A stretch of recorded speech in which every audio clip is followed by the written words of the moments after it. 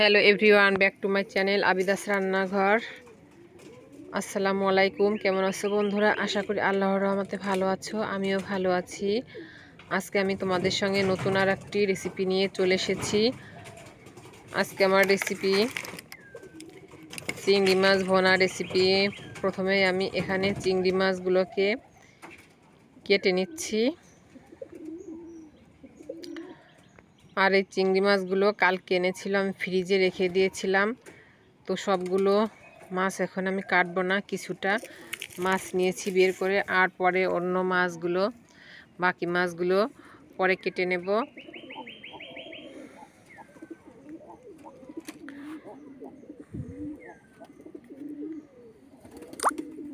এখন হাতে তেমন একটা সময় নেই, এই জন্য অল্প করে মাছ নিয়েছি। এই তো মাছগুলো ভালোভাবে পরিষ্কার করে নিচ্ছি। মাছগুলো আমার কেটে নেওয়া হয়ে গিয়েছে, এখন এগুলো ধুয়ে ক্লিন করে নিব।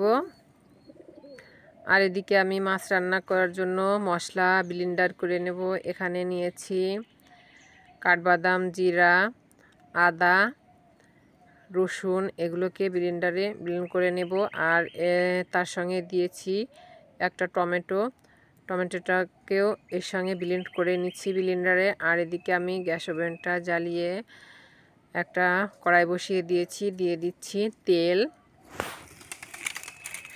তেলটা ভালোভাবে গরম করে নিচ্ছি। আর এদিকে মাছগুলোকে আমি লবণ হলুদ দিয়ে হাত দিয়ে মেখে নিয়েছি। আর মাছগুলোকে এখন তেলের ভিতরে দিয়ে দিচ্ছি। এখন মাছগুলোকে আমি উল্টিয়ে পাল্টিয়ে ভেজে নেব। আর চিংড়ি মাছগুলো সামান্য সময় ভাজতে হয়, বেশি সময় নিয়ে ভাজতে হয় না। জাস্ট 20 সেকেন্ড এপাশ আর 20 সেকেন্ড ওপাশ এভাবে করে ভেজে নেব। কারণ ভাজলে কালারটা ভালো আসে, দেখতে খুব সুন্দর দেখায়। এই তো মাছগুলো একটি সাইড হয়ে গেছে ভাজা, এখন উল্টিয়ে আর একটি সাইডও আমি 20 সেকেন্ডের মতো ভেজে নিচ্ছি।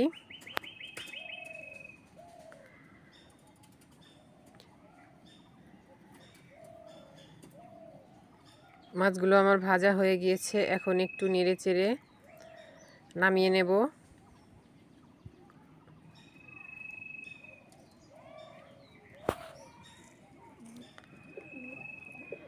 এখন মাছগুলোকে কড়াই থেকে তুলে নিচ্ছি। আর এই অবশিষ্ট তেলের ভিতরে আরও কিছুটা তেল দিয়ে মাছগুলোকে ভুনা করে নেব। এই তো এখন দিয়ে দিচ্ছি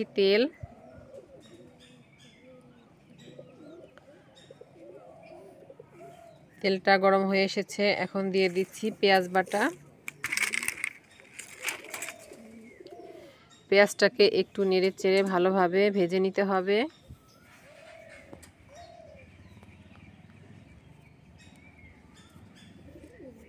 পেঁয়াজটা ভেজে নেওয়া হয়ে গেছে, এখন আমি দিয়ে দিচ্ছি হলুদের গুঁড়া, দিয়ে দিচ্ছি স্বাদ মতো লবণ।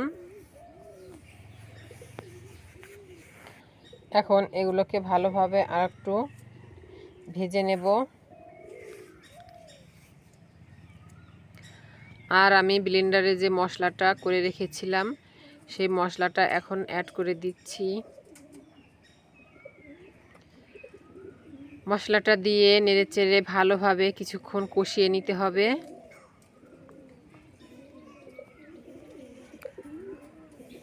যে কোনো জিনিসই রান্না, তরকারি বলা যায়, মাংস, যাই কিছু রান্না করতে হয়, মশলাটা কষানোই হচ্ছে মেন। মশলাটা যদি কাঁচা গন্ধ থেকে যায়, কষানোটা ভালো না হয়, তাহলে কিন্তু তরকারির স্বাদটা ভালো আসে না। আর এই তো ঝালের জন্য দিয়ে দিচ্ছি মরিচের গুঁড়া।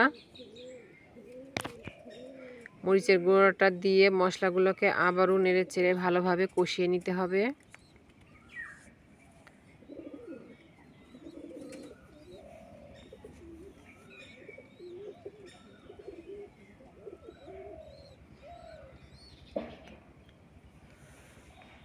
মশলাগুলো আমার ভালোভাবে কষিয়ে নেওয়া হয়ে গিয়েছে।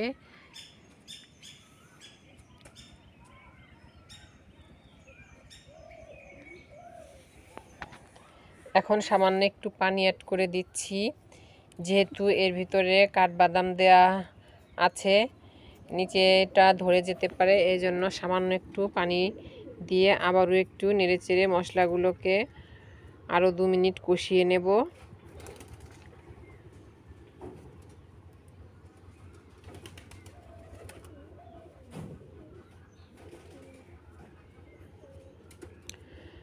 দুই মিনিট পর মশলাগুলো এই তো এরকম একটা কালার এসেছে, আর মশলাগুলো থেকে খুব সুন্দর একটা ঘ্রাণ বেরিয়ে গিয়েছে। আর গ্রেভিটা আমার এইরকম হয়েছে, একটু দেখিয়ে দিচ্ছি।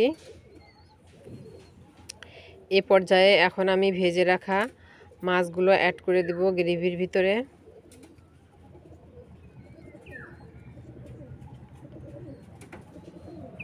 এখন মাছগুলোকে ভালোভাবে নেড়েচেড়ে মশলার সঙ্গে মিশিয়ে নিচ্ছি। বন্ধুরা, কার কার এই চিংড়ি মাছ খেতে ভালো লাগে অবশ্যই কমেন্ট করে জানাবেন। আমার তো পরিবারের সকলে এই মাছগুলো পছন্দ করে। আমি মাঝে মাঝেই রান্না করি, আপনাদের ভাইয়া কিনে আনে মাঝে মাঝেই।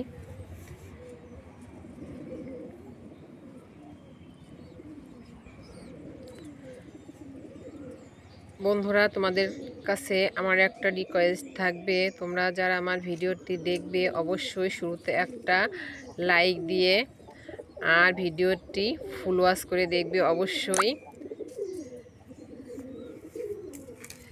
কারণ টেনে টেনে ভিডিও দেখে কোনো লাভ নেই। আর চ্যানেলটিকে অবশ্যই নতুন যারা তারা সাবস্ক্রাইব করে রাখবে, তাহলে আমি যখন নতুন নতুন ভিডিও আপলোড দেওয়ার সঙ্গেই তোমাদের কাছে নোটিফিকেশন পৌঁছে যাবে। এই তো এখন একটু পানি অ্যাড করে দিচ্ছি। পানি বেশি দিতে হবে না, কারণ চিংড়ি মাছটা বেশি জাল করতে হয় না। সামান্য পরিমাণে একটু পানি দিয়ে মাছগুলোকে একটু কুক করে নেব। আর ফিনিশিং করছি 3-4টা কাঁচামরিচ দিয়ে। এখন একটু নেড়ে চেড়ে সামান্য আর 2 মিনিট জাল করে নিয়েই গ্যাসটাকে বন্ধ করে দিতে হবে।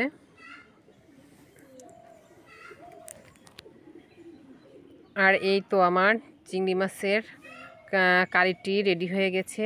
দেখো কতটা সুন্দর হয়েছে, আর খেতেও মাশাল্লাহ হয়েছে। এখন আমি একটি সার্ভিং ডিশে তুলে নিচ্ছি।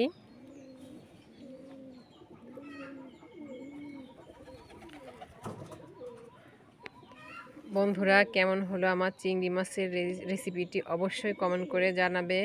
আজকের মতো নিচ্ছি বিদায়, দেখা হবে নেক্সট এপিসোডে। আল্লাহ হাফেজ, আসসালামু আলাইকুম।